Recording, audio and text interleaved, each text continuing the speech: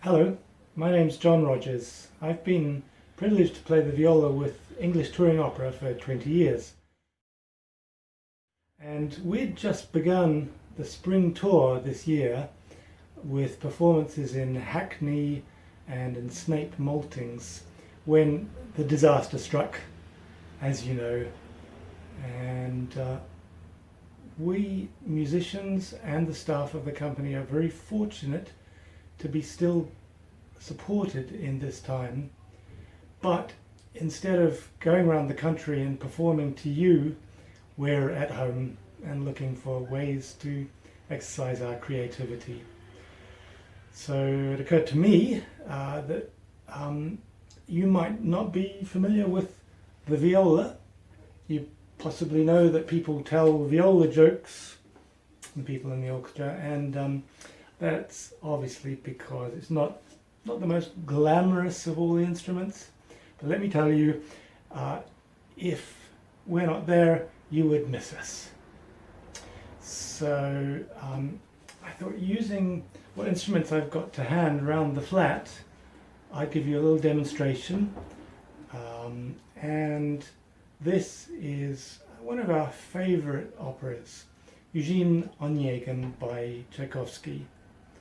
When the curtain opens, you are plunged straight into the world of Alexander Pushkin, Russia's national poet, kind of the Russian Shakespeare, and into the stormy romanticism of Tchaikovsky.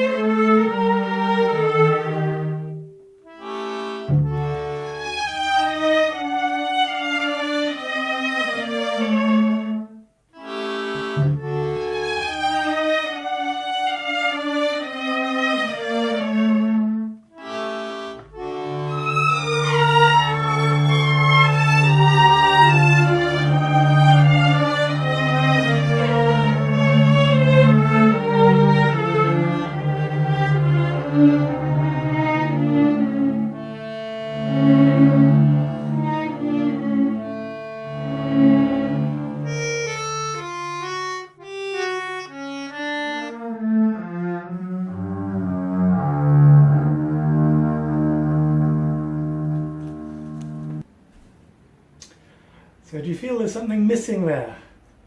Without the violas and the second violins, there's a great hollow in the middle of the ensemble. It's got a lack of depth. So now, with the balance restored, this is what it really should sound like. And the violas are restored to their rightful place.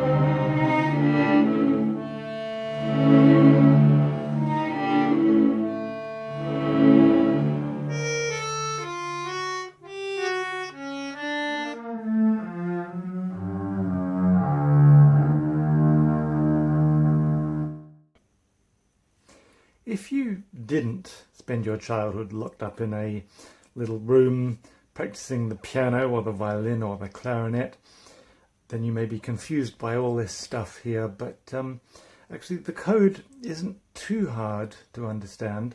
What you really need to know is that here is middle C, and that's because it's in the middle of the piano.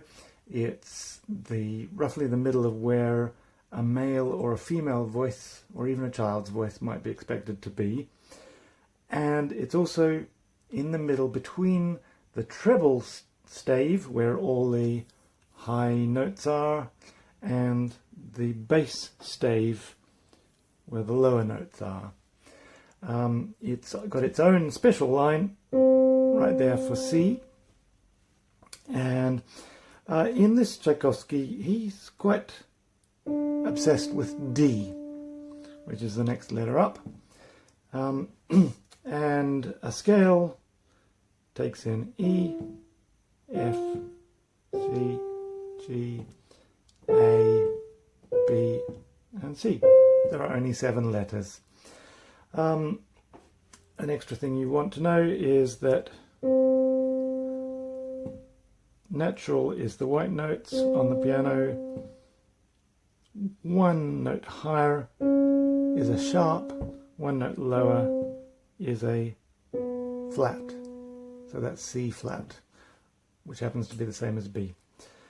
And starting on D, what we want to do is make a chord by taking the 1st, 3rd and 5th notes starting on D,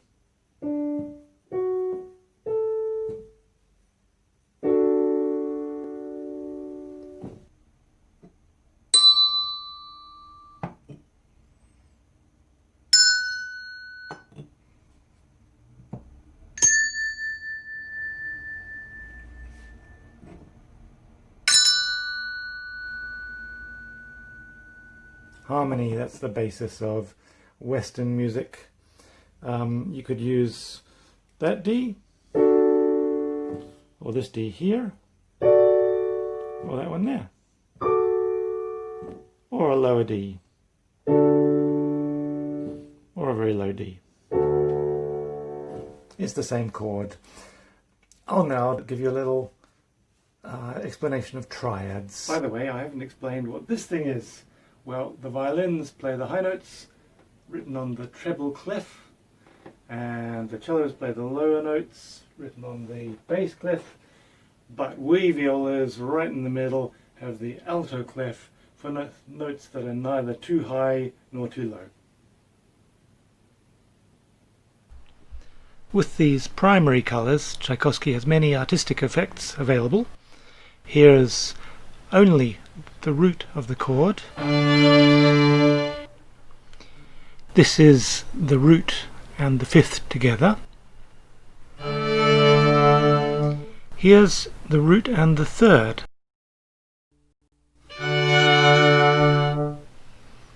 Now a full triad with the root at the bottom, which we call root position. This is a root position triad with notes high and low and nothing in the middle. You get a different sound when it's not the root in the bass, but the 3rd. And a very different sound when the 5th is in the bass. And this very solid sounding chord is well distributed with the root in the bass. So let's dive under the hood and expose the inner workings of Tchaikovsky's masterpiece. Let's start by identifying the root of the chord.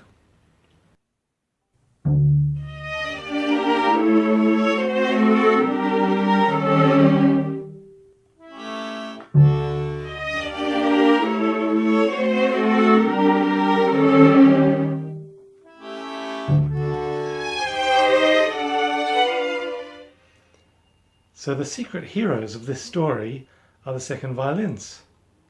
But the real revelation comes when we try to find the 5th in the chord.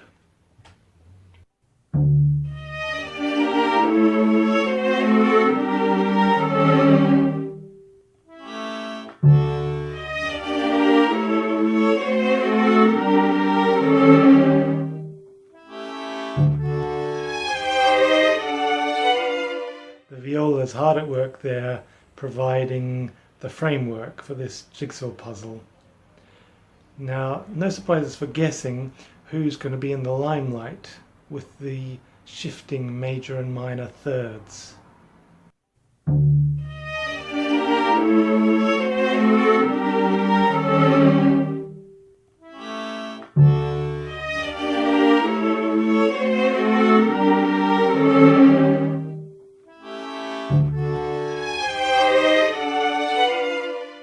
There's one more ingredient I'd like to point out. Romantic opera would be as bland as trifle without sherry if it didn't have diminished chords. So here we have a sprinkling of them.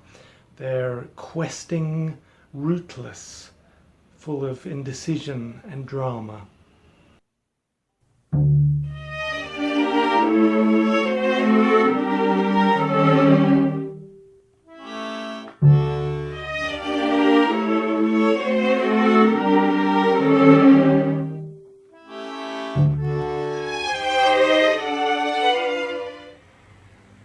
Overall, perhaps you could say that Tchaikovsky uses the viola as a linchpin to lock his complicated structure securely in place.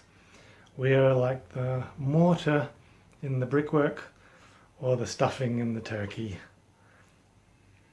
Finally, thank you very much for listening all the way through this, and please look out for all the very many videos made by my colleagues who had worked so hard to put together the touring productions of Così fan tutte, Julius Caesar, the new opera for children with special needs, The Extraordinary Adventures of You and Me, and of course the St. John Passion. I do hope we'll all be performing again for you very soon. And please check out the website at englishtouringopera.co.uk.